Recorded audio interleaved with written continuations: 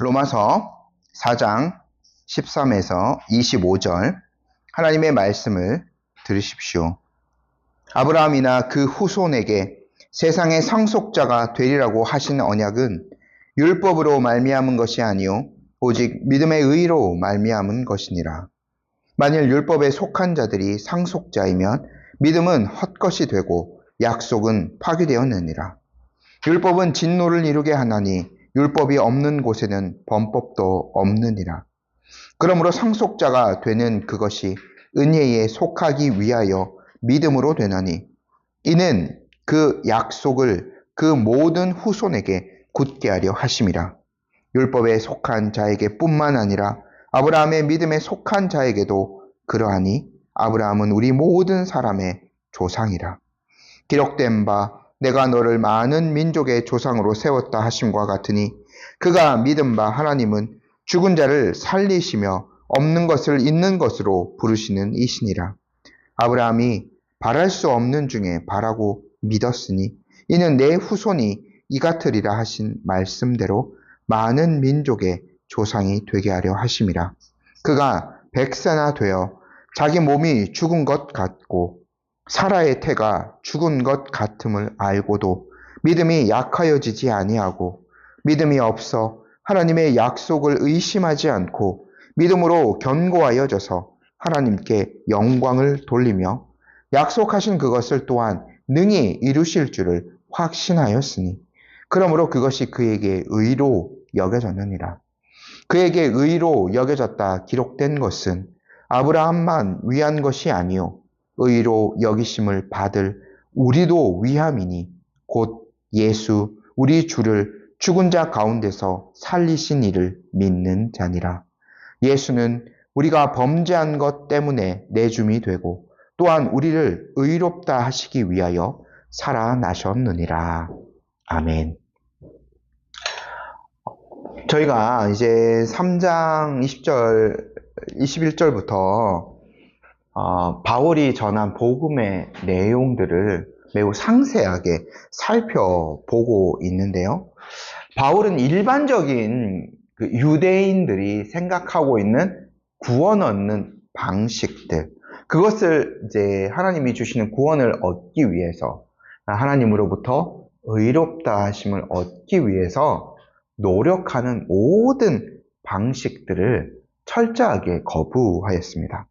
왜냐하면 성경은 처음부터 사람의 구원은 행위나 율법 준수로 되지 않고 오직 믿음으로 되는 것을 증거하기 때문이었죠.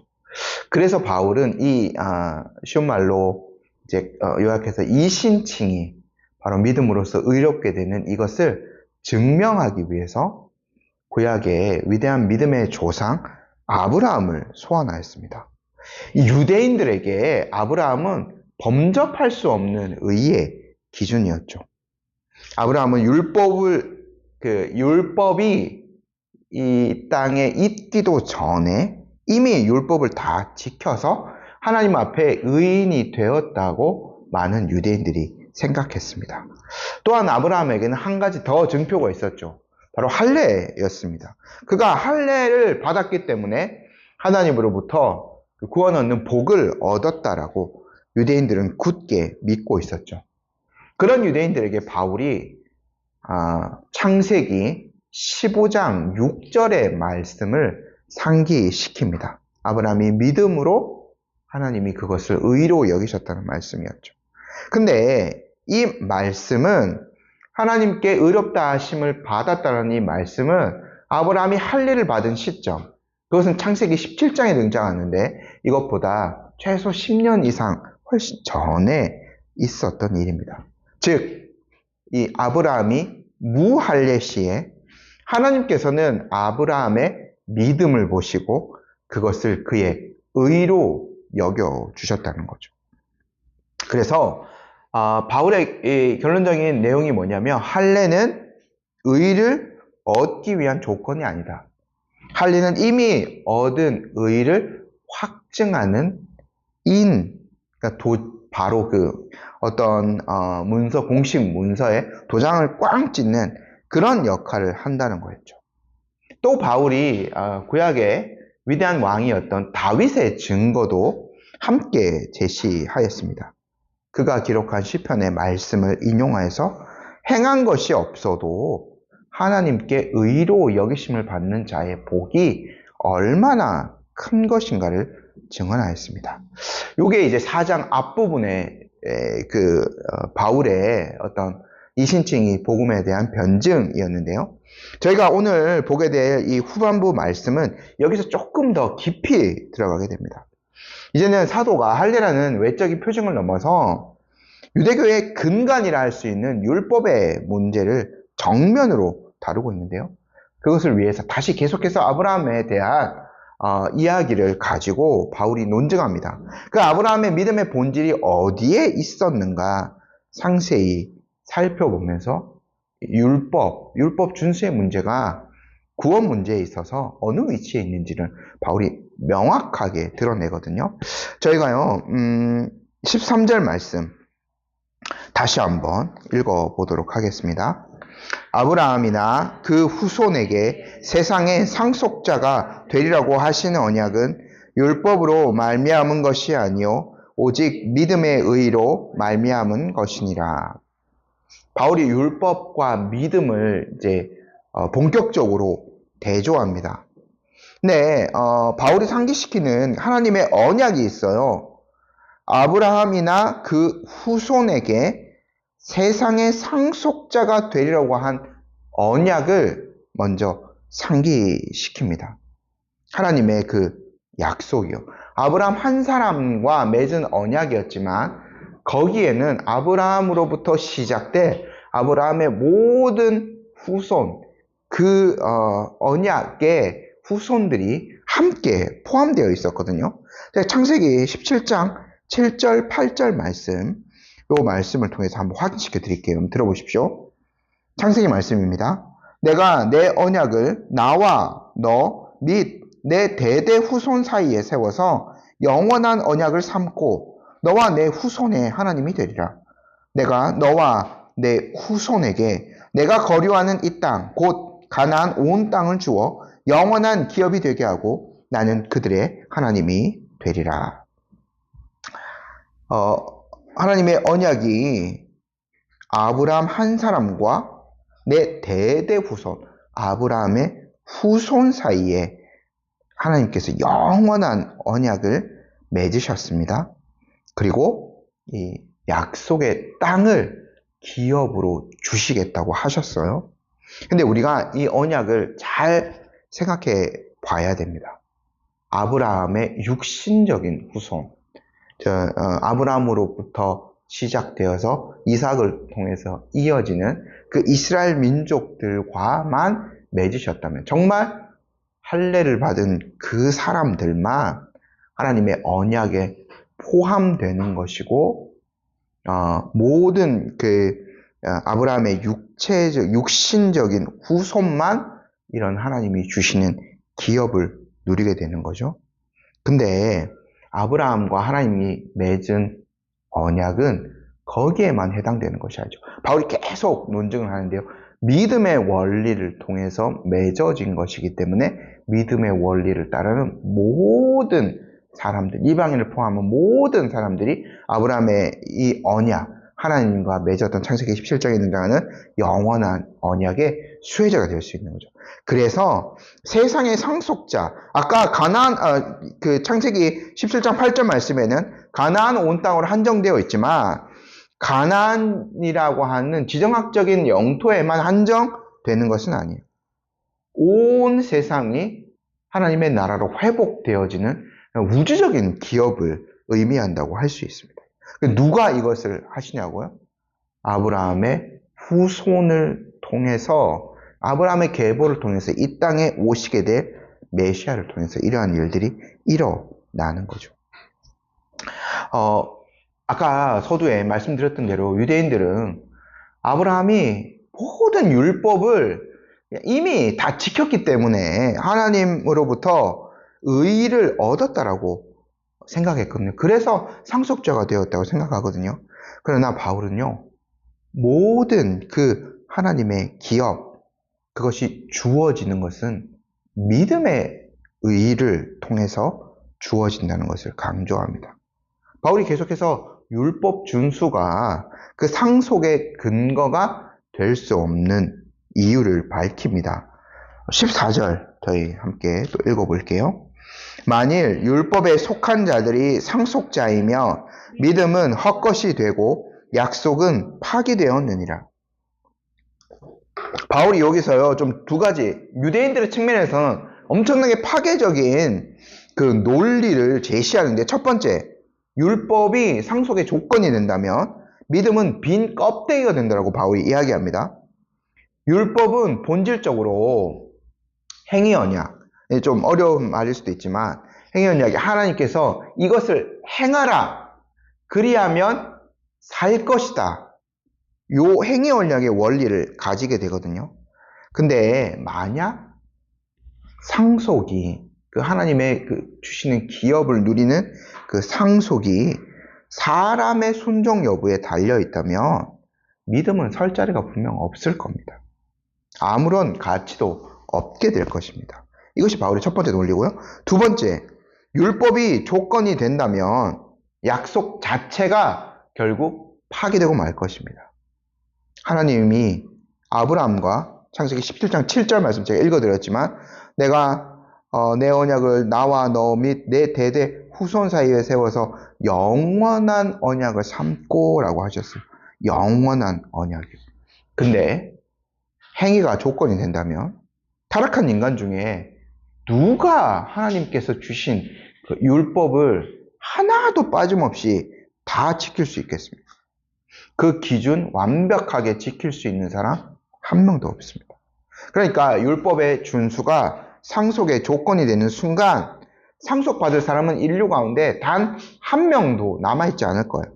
그러면 결국 하나님의 약속은 성취 불가능한 빈말이 되고 말 것입니다.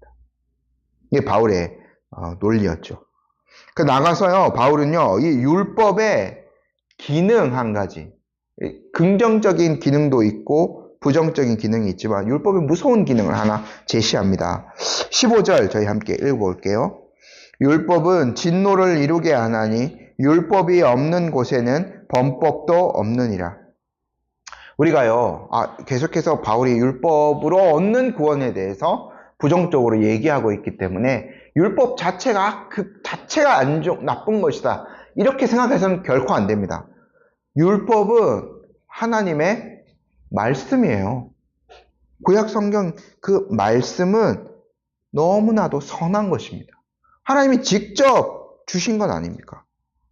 하지만 율법이 죄인인 우리에게 다가오는 그 순간 율법은 우리에게 구원을 주기보다는 정죄를 먼저 가져다 줍니다. 율법은 우리에게 하나님의 기준을 보여주는 기능을 합니다. 바울이 앞에서 유대인의 유익들, 또 그들이 가진 특권들 얘기하지 않습니까?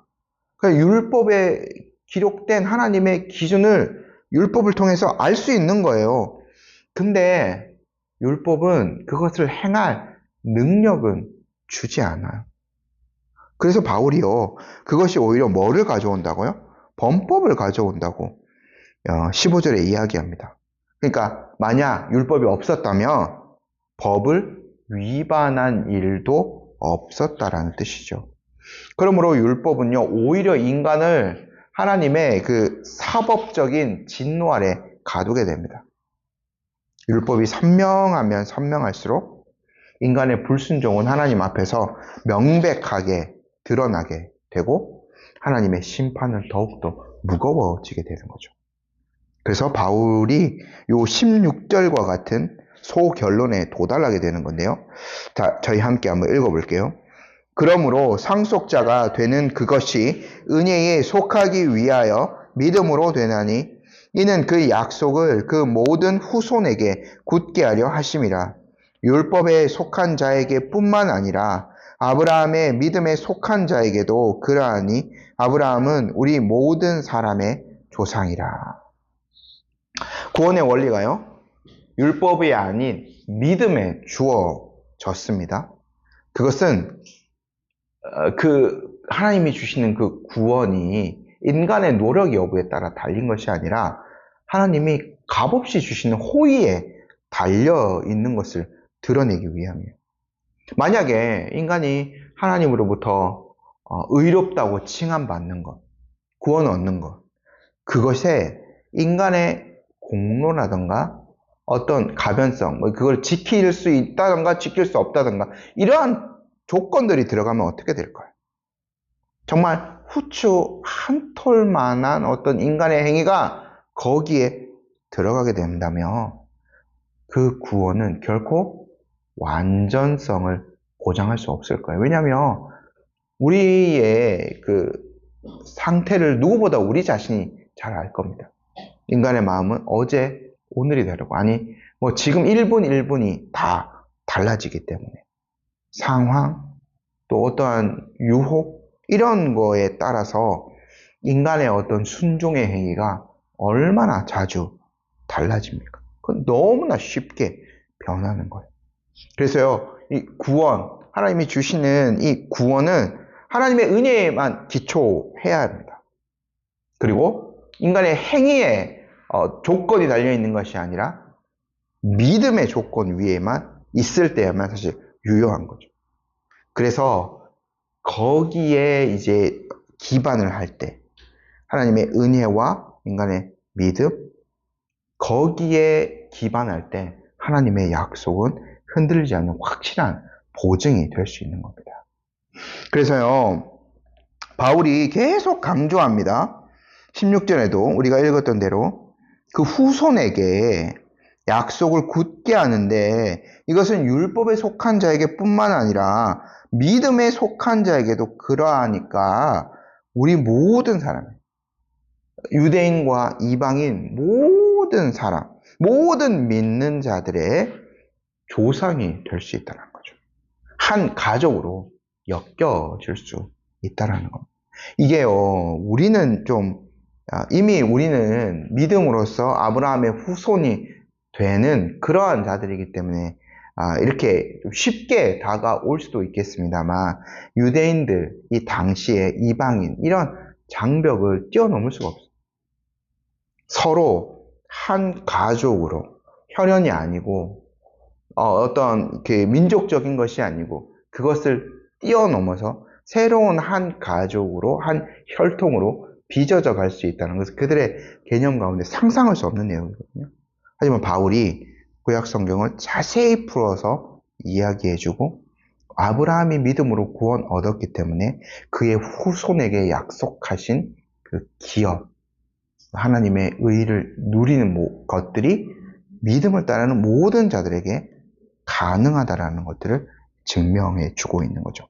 근데 여기서 우리가 또 한 가지 더 들어갈 측면이 있습니다. 그러면 아브라함이 하나님을 믿어서 그에게 의로 여김을 받았다라고 하는데 아브라함의 가진 믿음은 어떤 종류의 믿음이었는가 하는 거죠. 요즘에도 뭐 그런 얘기 많이 하죠. 막 내가 믿습니다 라고 이렇게 외치기만 한다고 해서 그게 정말 하나님이 원하시는 참된 믿음이냐 하는 것은 점검을 해 봐야 되는 거지 않습니까?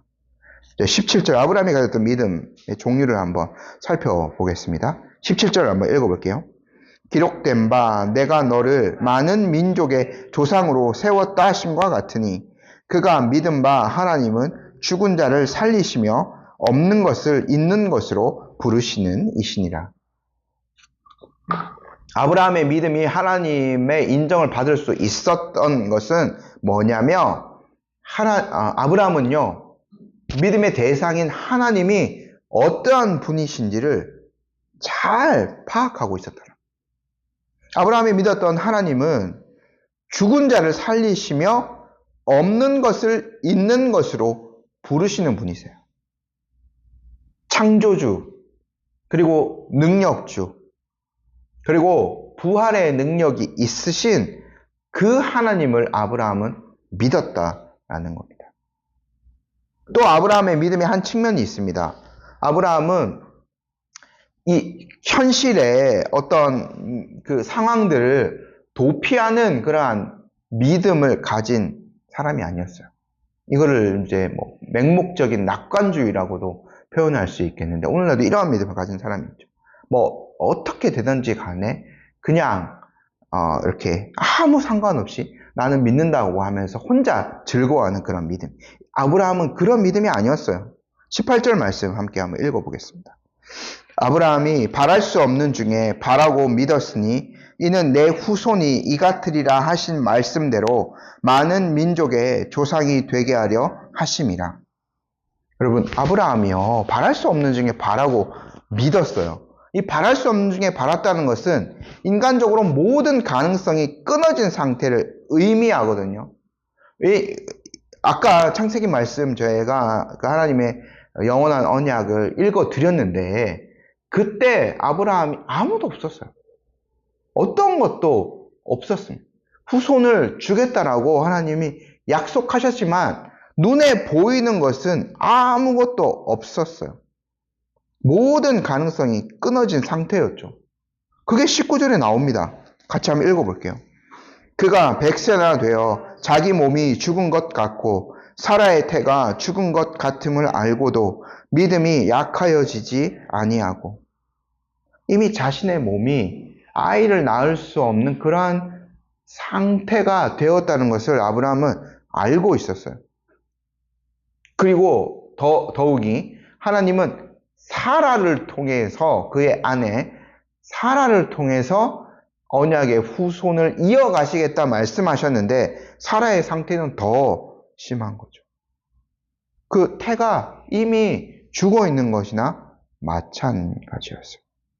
자신의 육체적인 무능, 현실의 처참함을 절감하고 있었습니다.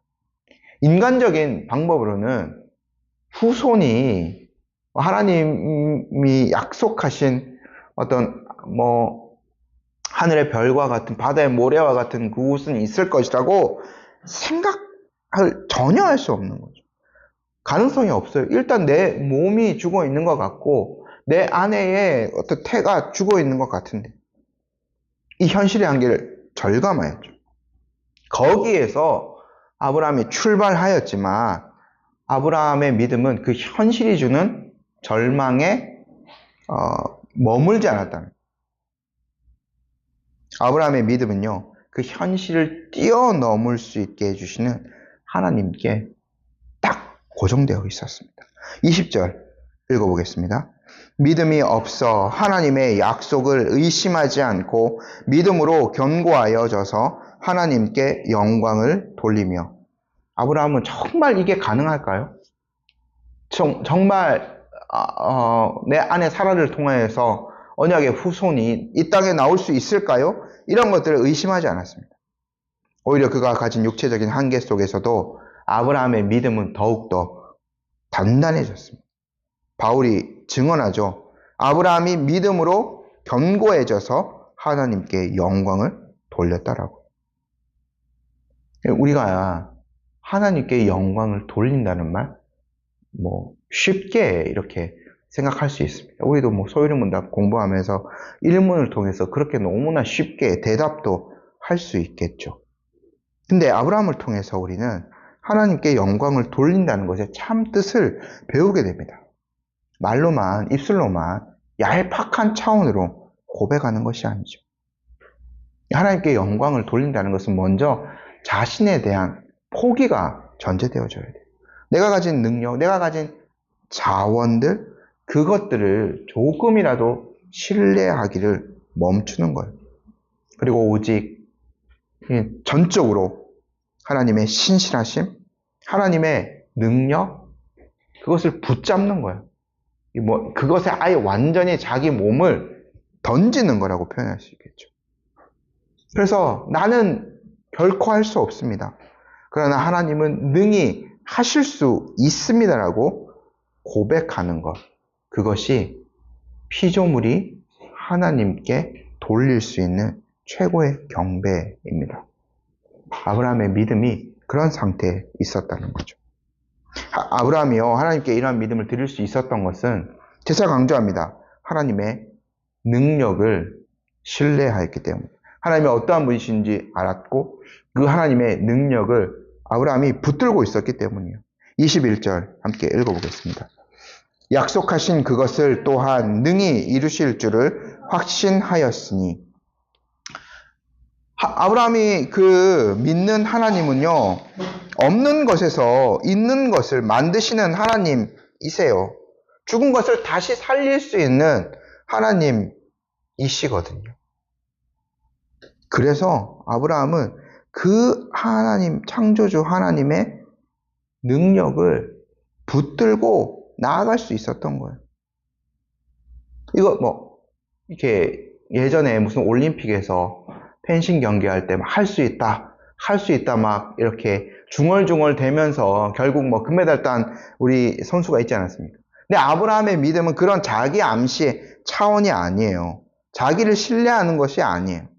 하나님은 아무것도 없는 것에서 모든 것을 만드신 분이지 않습니까?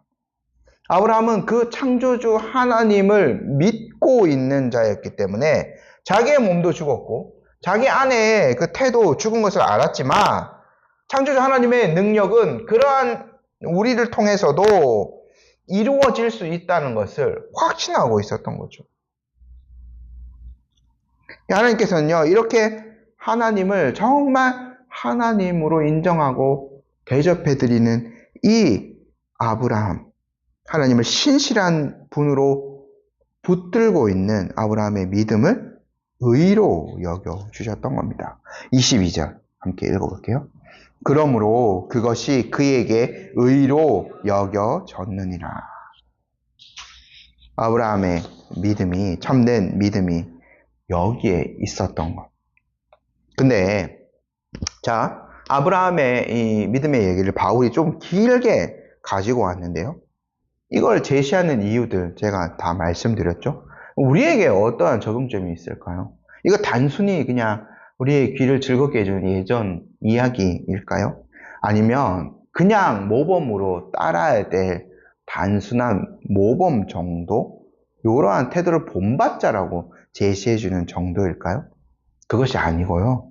아브라함의 믿음은 지금도 우리에게 직접적인 영향력을 행사하고 있습니다. 23, 24절 저희가 같이 한번 읽어볼게요. 그에게 의로 여겨졌다 기록된 것은 아브라함만 위한 것이 아니요 의로 여기심을 받을 우리도 위함이니 곧 예수 우리 주를 죽은 자 가운데서 살리신 이를 믿는 자니라. 우리가요, 하나님께로부터 의롭다 하심을 얻는 방식은 아브라함이 하나님으로부터 의롭다 하심을 얻은 방식과 단 한치의 오차도 없이 동일합니다. 아브라함은 죽은 몸에서 생명을 내실 수 있는 하나님을 믿었잖아요. 그런 능력의 하나님을 믿었습니다. 우리의 믿음은 어때야 됩니까? 실제로 우리 죄를 위해서 죽으시고 부활하신 예수 우리 주를 죽은 자 가운데서 살리신 그 하나님을 믿는 믿음이지 않습니까? 아브라함이 가졌던 어떻게 보면 아브라함의 부활의 신앙이라고도 할 수 있죠. 죽은 자를 다시 살리실 수 있는 그 능력의 하나님. 그것은 우리가 가지고 있는 예수님에 대한 그분을 믿는, 그분의 부활의 능력을 믿는 우리의 그 믿음으로 그대로 계승되지 않았습니까? 그래서 바울이요, 아브라함으로부터 시작해서 예수 우리 주로 이 사장의 논리를 마무리하는 거예요. 25절 말씀 함께 읽어보겠습니다. 예수는 우리가 범죄한 것 때문에 내 주이 되고 또한 우리를 의롭다 하시기 위하여 살아나셨느니라. 그리스도의 죽음을 바울이 여기에서 다시 한번 이야기합니다. 그리스도의 죽음은 우리의 범죄 때문입니다. 율법이 아까 그 죄를 드러내는 기능을 한다고 하였죠. 이거를 우리 스스로는 해결할 수가 없어요. 반드시 그 죄에 대한 대가를 치러야 됩니다. 그것이 죽음이죠. 사형을 받아야 된다고. 근데 하나님은 어떻게 하셨다고요? 십자가라는 사형대로 우리를 보내신 것이 아니에요. 우리는 왜냐면 우리를 보내지 않은 이유가 뭐 여러 가지 있겠습니다만 우리의 죽음은 가치가 없거든요. 다 자기 죄 때문에 우리는 그런 가치를 가질 수 없어요.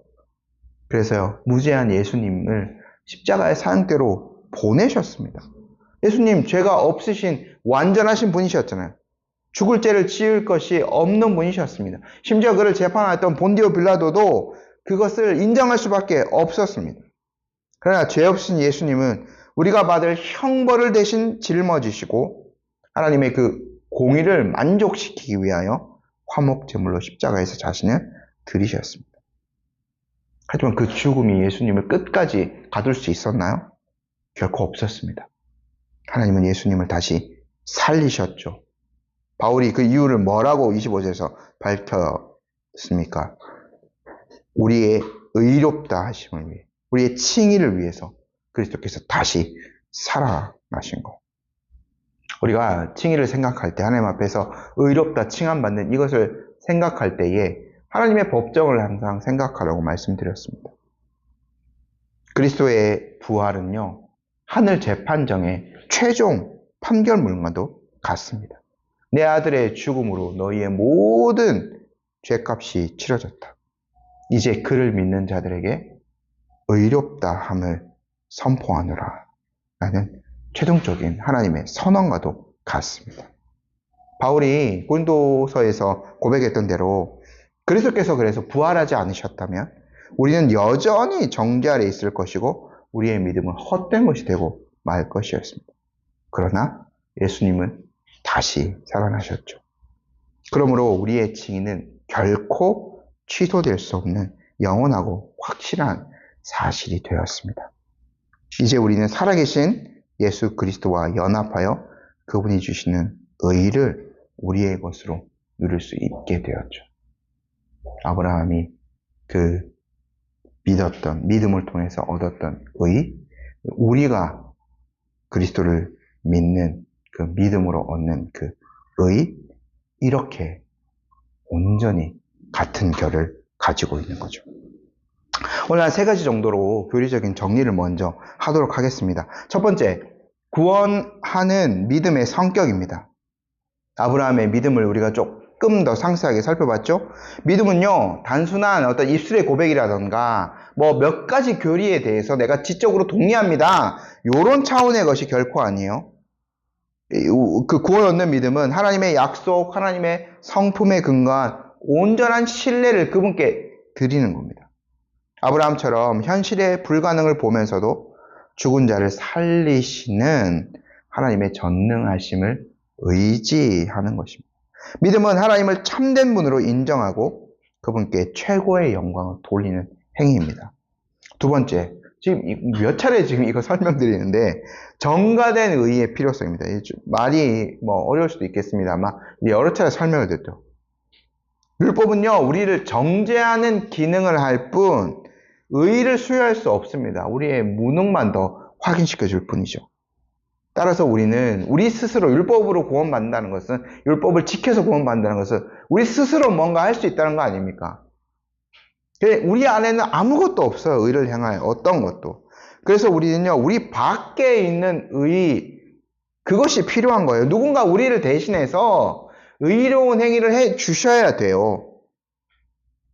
그래서 하나님께서는요, 원래 경건하지 않은 우리를 보실 때 우리가 조금이라도 하나님 앞에 뭔가 할 수 있는 그런 행위를 보시는 것이 아니라 우리가 믿음으로 붙들고 있는 예수 그리스도, 그분의 완전한 순종과 의를 보시고 우리의 그 계좌에 사실은 다 빨간색밖에 없는, 다 빛밖에 없는, 거기에 온전한 의를 전가해 주시는 겁니다.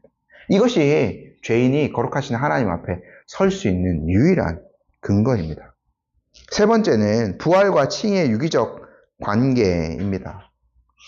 아브라함도 부활 신앙이었고 우리도 그리스도의 부활을 믿는 부활 신앙입니다. 예수 그리스도의 죽음이 칭의의 법적인 토대라고 한다면 그리스도의 부활은 그 칭의가 실제적으로 효력을 발생하게 하는 실제적인 보증이 됩니다. 부활하신 그리스도만이 우리와 연합할 수 있습니다. 우리는 죽은 주님을 믿는 것이 아니라 살아계신 주님을 믿고 있어요. 그 전가된 의를 붙들고 살아가는 거죠. 그래서 우리가 이 그리스도의 부활이 너무나 중요한 것은 부활이 없다면 바울이 말했던 대로 부활이 없다면 우리의 칭의도 없을 것이기 때문에 그래요. 성도 여러분, 우리가 아브라함의 믿음을 봤는데요. 아브라함은 어떻게 보면 굉장히 현실에 뿌리박은 믿음이기도 했습니다. 자기의 육체적인 그 죽음을 이렇게 뼈저리게 인식하지 않았습니까? 아내의 그 상태도 절감하고 있었고. 근데 아브라함은 거기서 멈추지 않았죠. 그 죽음을 생명으로 바꾸실 수 있는 하나님의 약속을 더 치열하게 붙들었습니다. 이것이 우리에게도 많은 교훈이 됩니다. 이것이 참된 믿음이죠. 우리가 이 믿음으로, 동일한 믿음으로 구원받을 수 있습니다. 치열한 우리의 삶의 현장 속에서 이러한 동일한 믿음을, 그 믿음의 가치를 드러낼 수 있는 우리 성도님들 되어야 되지 않겠습니까? 우리도 아브라함처럼 하나님이 어떠한 분이신지를 잘 알고 그분을 믿는 믿음으로 살아가셨으면 좋겠습니다. 우리의 그 의롭다 하심을 이렇게 위하여서 예수 그리스도는 십자가에서 죽으셨고 다시 살아나셨습니다.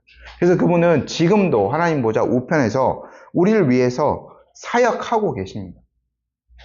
우리에게 능력이 있다면 그 부활하신 주님께서 주시는 그 능력을 더누는 것 뿐이죠.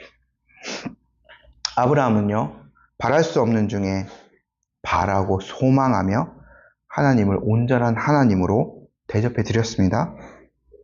우리도 동일한 믿음이라고 말씀드렸습니다.